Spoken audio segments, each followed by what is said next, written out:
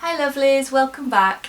Are you trying to make an income online or maybe even offline, but you feel like you're just going around in circles and nothing's really happening?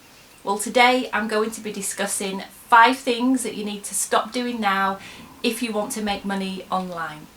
I'm Sarah, and in this channel I talk about entrepreneurship and building a purpose-led business and all of the tools that go with that to help you find success. If this sounds like something that you would like, then please subscribe to my channel and like this video and drop me a comment and let me know what you think. So you want a freedom lifestyle, to be able to escape the matrix, work anywhere in the world from your laptop and all of the good stuff that comes with earning an online income, but you just feel like you're throwing things at the wall, doing all of the things that you're told will really work, but none of it's happening and your bank balance still looks dire. Well, here's 5 things that you need to stop doing to be able to make money online. So number 1, stop creating products with no purpose. There are a lot of gurus online showing you the next passive income opportunity, get rich quick scheme, and a lot of people jump on and try to emulate that person and copy what they're doing, but doing so without any real purpose will ultimately lead to burnout, boredom, lack of focus, and ultimately failure. Yes, some people may do well if that's their natural bent, but just chasing the money without any real reason to show up and do the work is not going to sustain for long. When you look at extremely successful entrepreneurs, you will see the spark within them when they talk about their business, what they're doing online to earn a living. You will see them light up. You'll see the joy that they exude, and that will be naturally reflected in the products and the offerings that they're selling, and the customers that they will attract will be drawn to that energy because of the passion that they have for what they're doing. So think about your talents, your interests, your hobbies, what you find joy in doing, and build something around that. What do you want to help people with? What problem can you solve? But it also has to be something that you have an interest in. It might take a little bit longer, but you won't have to force yourself to do it and then give up after 2 weeks for the next new thing. And this leads me on to number 2. You need to stop losing focus. So picture this: you found a fantastic opportunity to sell digital products on Etsy, but then you hear about affiliate marketing and that sounds really lucrative, so maybe I should try that. But then you also have these KDP books that you've been working on that they need to sort of be finished, and then before you know it, you've got all of these things, but nothing's really having your full attention. Lots of us have multiple areas of interest, and this can be a real challenge when you need to focus on just one thing, but this is one of the things that will hold you back from earning an income online. If you're juggling multiple brands, businesses, streams of income, ideas, but none of them are showing any signs of success, then you're not giving any of them a chance of being amazing. You'll be left with a mediocre bunch of half-finished ideas, not doing anything because you haven't dedicated any time into allowing any of them to build. So what you need to do is just choose one idea, not 2 or 3, just one idea, and focus solely on that idea. If you want to add other ideas later on, then fantastic. I'm a firm believer that we are the niche, we are the brand, but first of all, just focus on one idea. If you want to try one of your other ideas, just wait until you've seen some success with the idea that you're working on first. And when I mean success, I mean it's actually earning money consistently, and it's also generating momentum. So momentum is that sort of when it starts going and you don't need to work quite so hard to maintain the income that you're earning. Or until you've given it a fair shot and you've decided or come to a decision that actually this isn't working and I want to try something else, and then pick up one of your other ideas and go with that. So number 3 is an extension of this, and that is stop lacking consistency. Watching a Netflix series or scrolling through Instagram reels will not get your business off the ground. You actually have to do the work.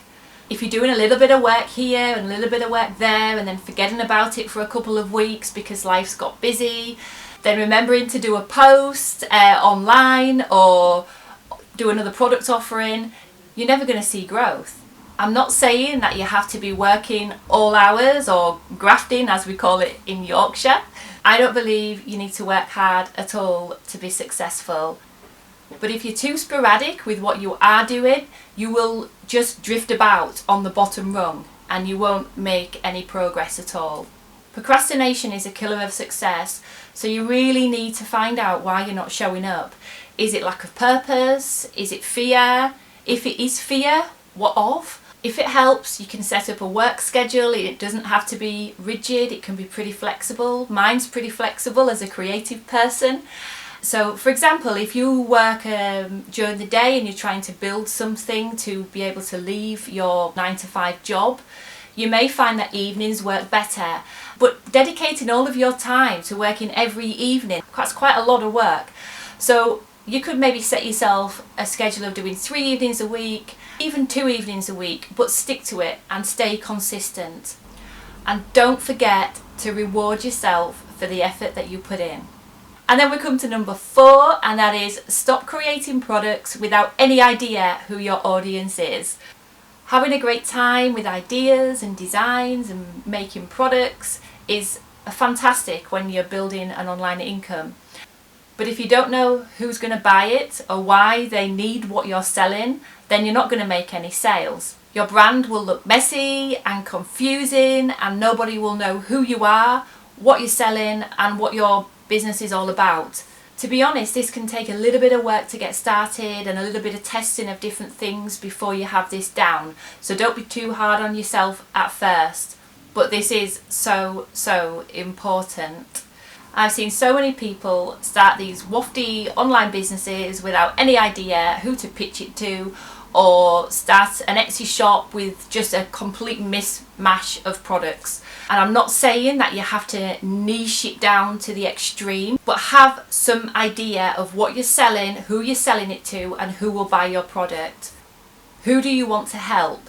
Now, a little bit of a hint here, in a lot of cases, not all, it's somebody very similar to you. In what way do you want to help them?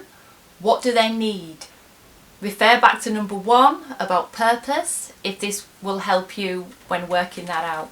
This is the best way to gain not just customers, but a lifelong community of people that will keep coming back and buying from you. And finally we come to number 5, and that's stop letting fear get in the way. So fear will stop you even starting to begin with. Have you been walking around with a dream, something that you've always wanted to do, or an idea in your head, and it just stays there in your head? So fear stops you from taking risks. It keeps you from making decisions, and it's also that nagging voice in your head that keeps telling you that you'll fail, maybe you'll look stupid in the process as well, so you might as well just not start to begin with, and then you stay small. So I used to have a massive fear of being successful. I felt that if my business became too big, that I would have too much to do and I wouldn't be able to do all those things that I'm meant to do. I'm not the most organised person, by the way, and it would just become too overwhelming. I did okay. I made enough to live on and I just sort of plateaued there until I realised that I had this fear of success. And it wasn't until I started to work through that I was able to make a decent living online.